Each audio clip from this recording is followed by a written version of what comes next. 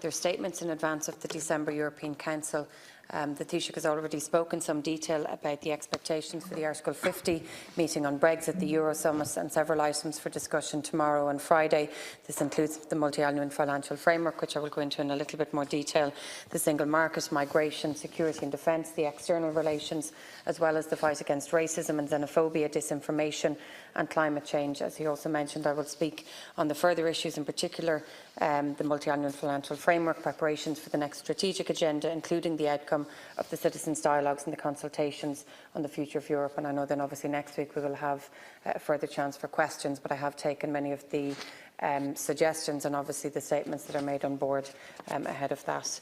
On the next multi-annual financial framework, which is to cover the period from 2021 to 2027, the House will recall that the June European Council invited the Council and the European Parliament to examine the Commission proposals in a comprehensive manner and as soon as possible. At the European Council this week, leaders will review the progress that has been made on this by the Austrian Presidency in the negotiations over the past 6 months. And while this is the first time that perhaps the leaders will meet and have a detailed discussion, this has been ongoing within the General Affairs Council, which I attend, but also the Finance Committee, the Agricultural Committee and all of the various different bodies for almost 2 years now. I expect that leaders will call on the incoming Romanian Presidency to advance the next phase of the negotiations with a view to reaching agreement in the European Council in autumn of 2019 next year. The European project has helped to transform Ireland from one of the least developed member states when we first joined to one of the more prosperous today. We all recognise how we have benefited from our membership of the EU, and it is important to use that experience to try and help shape the debate on the future of Europe and what our priorities should be. The post-2020 MFF comes at a time of change and indeed adjustment for the EU. Long-term challenges such as the economic competitiveness and climate change, emerging challenges to international trade and access to the single market, as well as international challenges such as migration, security and terrorism have all become more pronounced.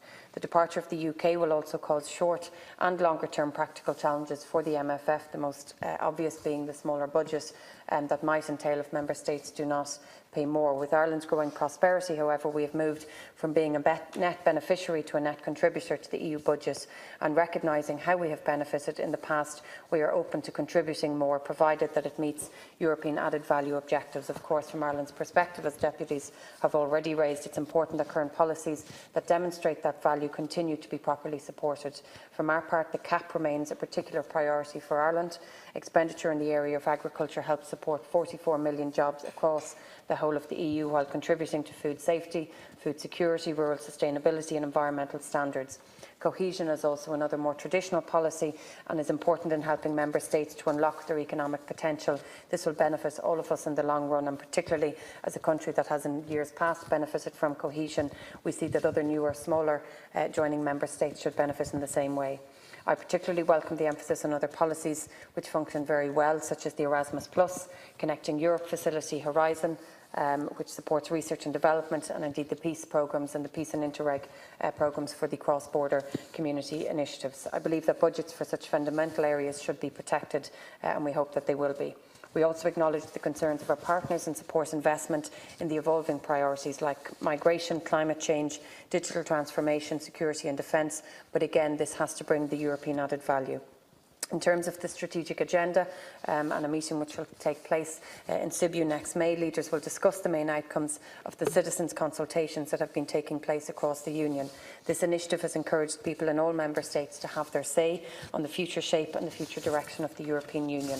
I was joined by the Taoiseach and the Taoiseach last November when we launched our own citizens' dialogue on the future of Europe in Trinity College in Dublin here. I hosted a series then of regional dialogues in Galway, in Cork, in Donegal, in Meath and Dublin. We then finished with a culminating event in the Royal Hospital Kilmainham on Europe Day. A Future of Europe website was also set up to raise public awareness and to help people engage in the overall debate.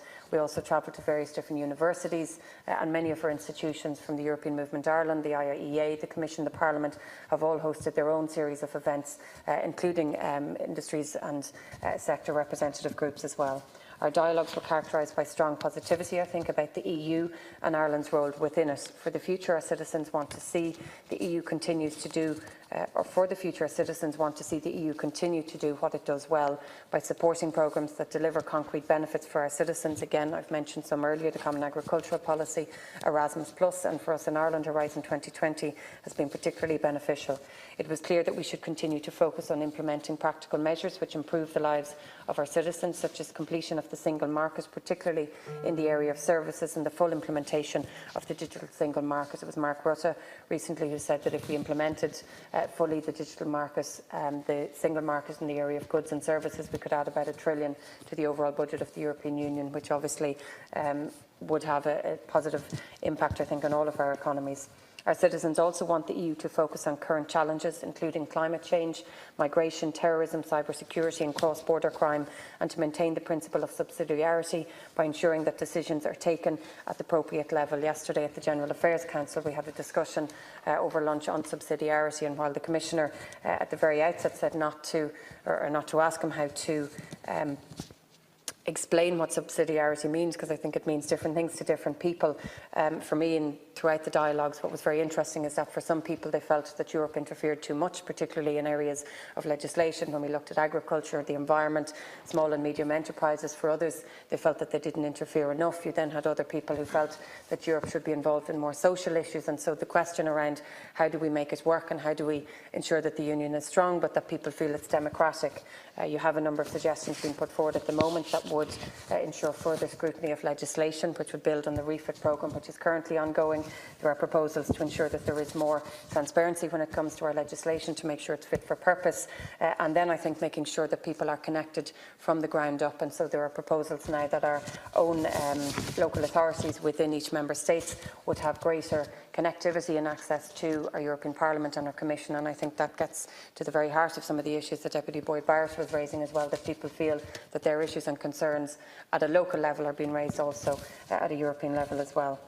I think the overarching theme at home on the citizens' dialogues was the need to ensure fairness in an increasingly competitive world, fairness between member states, fairness in education, employment opportunities, and fairness between generations, younger and older people. Our citizens also want to tackle social exclusion, to see stronger interventions at a European level to combat discrimination, integrate migrants and improve access to services, and they want more investment for young people in education, training and innovation, and I would welcome the Commission's proposal to double the amount of money that we would spend on our young people as well.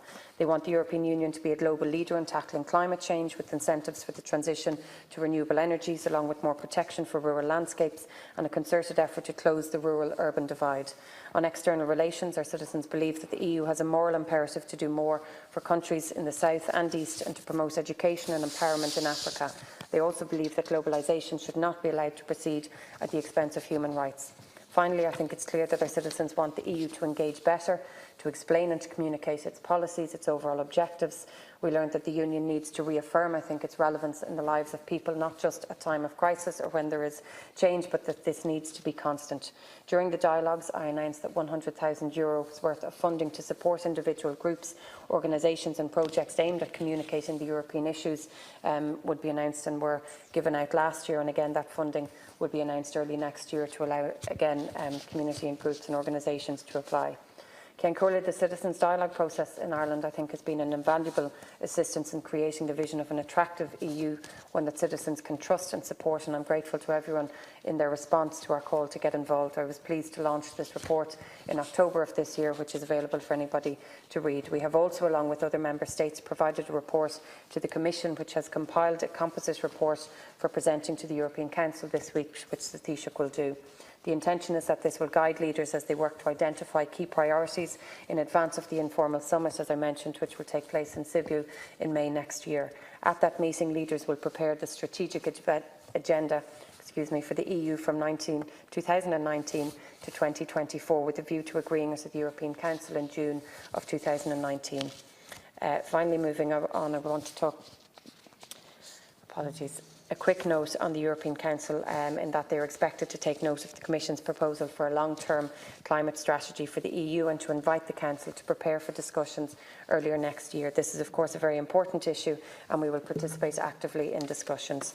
Ken Corley, the agenda for the December European Council, as you can all see, includes a very wide range of issues. As the Taoiseach has made clear, Brexit remains very much a priority for the Government and we will use every opportunity at this critical time to ensure that our interests are protected. However, as we also continue to play a constructive role in Ireland to the other issues which are of significant concern for our partners and for the European Union as a whole, I thank deputies for their attention, for their remarks, and I look forward to the discussion that we will have in the questions next week. Thank you.